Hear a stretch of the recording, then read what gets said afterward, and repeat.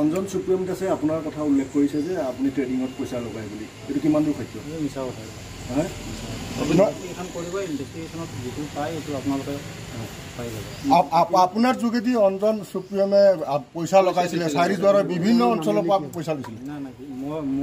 মোৰ লগত এইবিলাক একো এনে আপুনি শ্বেয়াৰ মাৰ্কেটত লগাই না না শ্বেয়াৰ মাৰ্কেট ট্ৰেডিং কিবা কৰে নেকি হা আপুনি ট্ৰেডিঙৰ সৈতে সম্পূৰ্ণভাৱে জড়িত বুলি কৈছে অঞ্জন সুপ্ৰিম কি ক'ব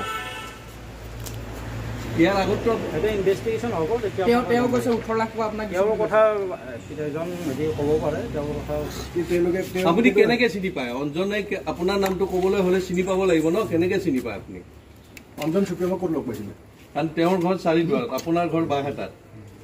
চিনি পালে কেনেকৈ আপুনি কেতিয়াৰ পৰা জড়িত হৈছে ট্ৰেডিঙত এই 2015 চনত আমাৰ তাত আহি পেলাই অঞ্জনৰ লগত চিনাকি হৈ অঞ্জনৰ পৰা পইচা লৈ গ'ল 5 লাখ টকা 5 লাখ লৈ গৈ পেলাই তাৰপিছত সেইটো পইচাৰ পৰা সি অকণ পইচা দি আছিলে অঞ্জনক দি পেলাই আকৌ অঞ্জনক ক'লে বোলে পইচাবিলাক দিয়া এনেকৈ দিলে মই পইচাবিলাক তোমাক দি আছোঁ তাৰপিছত আকৌ চাৰ্ভাৰ কিনিব লাগে বুলি কৈ সি 3 লাখ টকা এটা নিলে তাৰপিছত 1.5 লাখ নিলে মোৰ পৰা বন্ধনৰ পইচা লৈছিলোঁ মই বন্ধন গোটৰ লোৱা পইচাটো সি সম্পূৰ্ণভাৱে ল'লে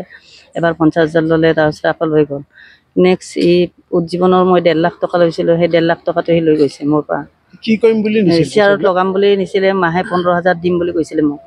কৈছে খুৰী টেনশ্যন ল'ব নালাগে আপুনি বন্ধনৰ পৰা লওক লৈ পেলাই মোক পইচাটো দিয়ক ইমিডিয়েট লৈ আপোনাক মই 15,000কৈ মাহে দি আছোঁ আপুনি তাৰ পইচাটো লৈ কিস্তি দিব পাৰিব তেনেকৈ কৈ পেলাই সি লৈ গৈছিলে লৈ গৈ কিন্তু সেই 1 টকা মোক নিদিলে জেগাত কেনেকৈ লগ পাইছিল সি মানে ফেচবুকত চিনাকি হৈ পেলাই লগ হোৱা কিমান মান দিন 2015 চনত আহিলে ফাৰ্ষ্টবাৰ আহি পেলাই 5 লাখটো লৈ গ'ল তাৰপিছত 2016 চনত আহি পেলাই এইবিলাক মানে যন্ত্ৰণাবিলাক সাজি সি পইচাবিলাক মানে ইয়াক হেৰি কৰি পেলাই লৈ গ'ল পইচাবিলাক ইয়াক খুজি লৈ গৈছে আৰু পইচাবিলাক এনেকৈ দে তেনেকৈ দে কৰি কিন্তু ইটো সেই বিষয়ে শ্বেয়াৰৰ বিষয়ে একো নাজানে অঞ্জনে না শ্বেয়াৰ কৰে না সি কিবা জানে কিন্তু পইচাটো সি লৈ পেলাই সৰুজে শ্বেয়াৰত লগাই তাৰ পৰা ইয়াক মানে পইচা অলপ পইচা পঠাই থাকে 10-5 হাজাৰকৈ তেনেকৈ পঠাই থাকে কিন্তু সি যে আনৰ পইচাবিলাক লৈছে আনৰ পইচাবিলাকৰ কাৰণে আমি বহুত কষ্ট পাইছোঁ ন এতিয়া আনৰ পইচাবিলাক লৈ সি ধৰক মিছা মাতিছে মিছা মাতাৰ কোনো যুক্তি হোৱা নাই এইবিলাক সেইকাৰণে সিহঁতক কিমান মান টকা দিয়া হ'ল মুঠতে 18,80,000 গৈছে টোটেল টকা কাৰ পৰা লৈছে এনে টকা এই প্ৰাণ কৃষ্ণৰ পৰা লৈছে 1 লাখ ঝাৰখণ্ডৰ মানুহটোৱে আহি পেলাই দি গৈছে বালেপাৰাত আহি পেলাই দি গৈছে 1 লাখ এইটো কোন মাহত আছিলে মই বেমাৰ আছিলতো পাহৰিলোঁ আজি 3 মাহমান আগতে আৰু সেইটো 1 লাখ দি গৈছিলে মানুহজনে আহি পেলাই সেই মানুহজনৰ পৰা 1 লাখ ল'লে এজনৰ পৰা 50,000 এইটো 2.5 লাখ আৰু নলবাৰী ছোৱালী এজনীৰ পৰা লৈছে আপোনাৰ 6 লাখ তাৰপিছত সেইবিলাক কোনে কালেকশ্যন কৰিছিলে অঞ্জনে কালেকশ্যন কৰিছিলে অঞ্জনৰ তাত মানে সিহঁতে পঠায় সি আৰু অঞ্জনৰ পৰা ইয়াক পঠায় অঞ্জনক মানে ই খোজেতো সৰুজ দেখাই খোজাৰ পিছত অঞ্জনে মানে সৰুজ জেগাক দেই গোটেই পইচা অঞ্জনে নাৰাখে অঞ্জনে কালেকশ্যন কৰি পেলাই মানে তাক দিছে সৰুজক দিয়ে হয় পুলিচে যোনজনক আটক কৰিছে সেইজনে সৰুজ জেগা হয় সেইজনে হয় মোৰ ঘৰত দুবাৰকৈ আহি গৈছে মই ভালকৈ তাক চিনি পাওঁ আৰু সি মোৰ লগত মোবাইলত কথা পাতি থাকে মই পইচা খুজি থাকোঁ নহয় তাক তেতিয়া কয় ৰ'ব দিম তাৰপিছত সেইদিনাখন মোক সি ধমকি দিছে আপুনি পুলিচ কেছ কৰি কি কৰিব মোক একো কৰিব নোৱাৰে জেল হ'লে মোৰ ভালেই হ'ব কাকো পইচা দিব নালাগে মই দৰকাৰ হ'লে চাকৰি কৰিলে হাজিৰা কৰিম সেইবিলাক বকিছে সি তাৰপিছত অঞ্জনে কওঁতে অঞ্জনক লেতেৰা ভাষা মাতিছে সি বহুত বেয়া মাত মাতিছে আৰু মাক ভনীয়েকক ধৰি পুলিচত কৰোঁ বুলি কৈছে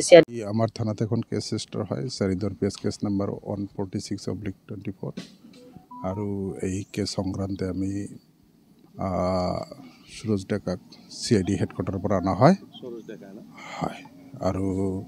এতিয়া কেছটো আমাৰ তদন্ত অব্যাহতি আছে কেছটো বাকীখিনি আমি পিছতে ক'ব পাৰিম এই মুহূৰ্তত আমি তদন্তৰ খাতিৰত কিছুমান কথা ক'ব নোৱাৰা হওঁ বাকী তদন্ত আমি কৰি আছোঁ তেওঁ পুলিচতে কাম কৰা বুলি গম পাইছোঁ বাকী আমাৰ ইনভেষ্টিগেশ্যন চলি আছে CID কৰে তো বাকী তেখেতে LNK হয় লেন্স নায়ক হয় লেন্স নায়ক বুলি জানিব পাৰিছোঁ বাকী আমাৰ অব্যাহতি তদন্ত চলি আছে বাকী আমি গম পাই যাম চব কথাখিনি কিছুমান কথা এতিয়ালৈকে আগবাঢ়িব নোৱাৰোঁ পিছত আমি সেইটো আমি পিছত আমি চলি আছে আমি আমাৰ তদন্ত চলি আছে আমি পিছত হয় এইটো আমি CID হেডকোৱাৰ্টাৰৰ পৰা আনিছোঁ হয় আমি এতিয়া বাকী আমি প্ৰচিডিউৰ মতে কাম আগবঢ়াই যাম তেখেতৰ ঘৰ বাইহাটা চাৰিআলি বুলি জানিব পৰা গৈছে ইয়াৰ আগতে এজন ধৰিছে সুপ্ৰিয়ম দাসক অঞ্জন দাস হয়